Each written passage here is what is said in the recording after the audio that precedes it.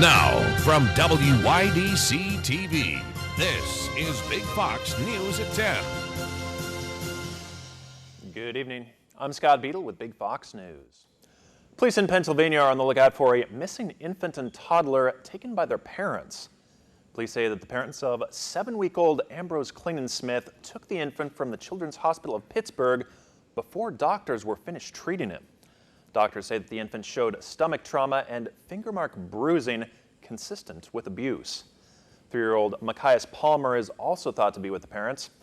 32-year-old Jeanette Foonen and 23-year-old Damon Klingensmith are wanted in connection with the infant's disappearance. They were last seen traveling south on Route 19 in Washington County, PA. Court documents allege that Foonen has previously had an emergency protective custody order filed against her and had the 2 children removed from her custody.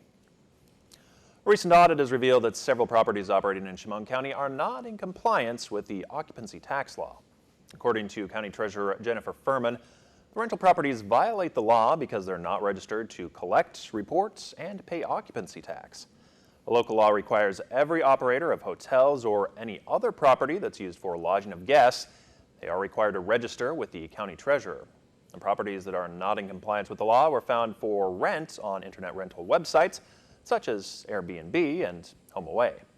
Furman stated that the operators in the audit will be notified this week. New farmers will now have an easier time starting their farms across the Finger Lakes.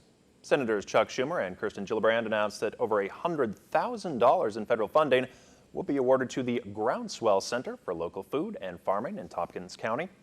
The Groundswell Center will help new farmers access land, equipment, and supplies. According to Schumer, the funding will also help train new farmers in business and farm development and provide them with some mentoring opportunities. The project is expected to create 8 new farming businesses. Former performing arts teacher in the Twin Tiers has pleaded guilty to 2 counts of sexual assault against students. 38-year-old Justin Shaw was arrested back in June. Troopers said that the Athens High School principal told them that a 17-year-old victim said that Shaw tried touching him inappropriately and getting the victim to stay overnight at his home. The victim also stated that Shaw would threaten suicide if he did not stay the night with him. School officials said Shaw listed himself as the victim's godfather and signed him out of school on more than one occasion. The second victim was 16 at the time. She told police that there were several times she spent the night at the Performing Arts Building and that Shaw made lewd comments toward her. Shaw will be sentenced on December 5th. A New York judge will not delay the emergency ban on flavored e-cigarettes. The vaping industry had requested that delay. On Friday, Supreme Court Judge Gerald Connolly refused to issue a temporary order that would prevent the regulations. The 90-day emergency regulations ban the sale of all vaping flavors besides tobacco and menthol. Governor Andrew Cuomo announced today that he also plans to ban the menthol flavor in New York. Meteorologist Chris Summers checks in next with a look at the week's weather. Don't go away. Now, your Twin Tiers forecast from Big Fox.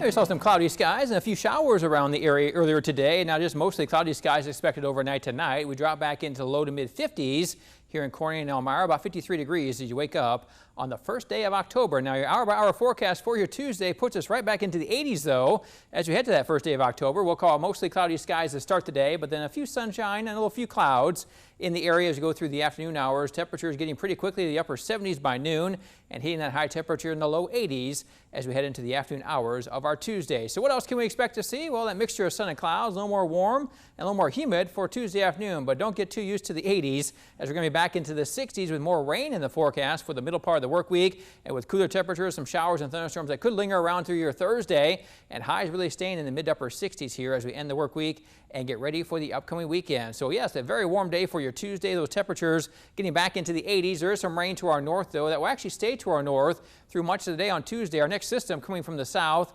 and from the southwest will actually bring chances of rain back on Wednesday and Thursday, and that'll push those highs only back into the 60s as we head into the early part or the middle part of the upcoming work week. So for tonight, we're back in the upper 50s and low 60s in many hometowns. Make it down low 50s here in Elmira. 53 degrees expected, 56 in Corning, and 56 degrees in Bath overnight tonight. Our 7-day forecast, 83 for your Tuesday, upper 60s. For Wednesday and Thursday, scattered showers and thunderstorms around. We drop in the 50s, though, by Friday and into the weekend. Could be talking about our first frost by Saturday morning. 33, the wake-up temperature on early Saturday morning. Otherwise, we're back in the upper 50s and low 60s with more rain chances by Sunday and Monday. Scott? All right, thank you, Chris. And thanks for joining us on Big Fox News. Have a great night.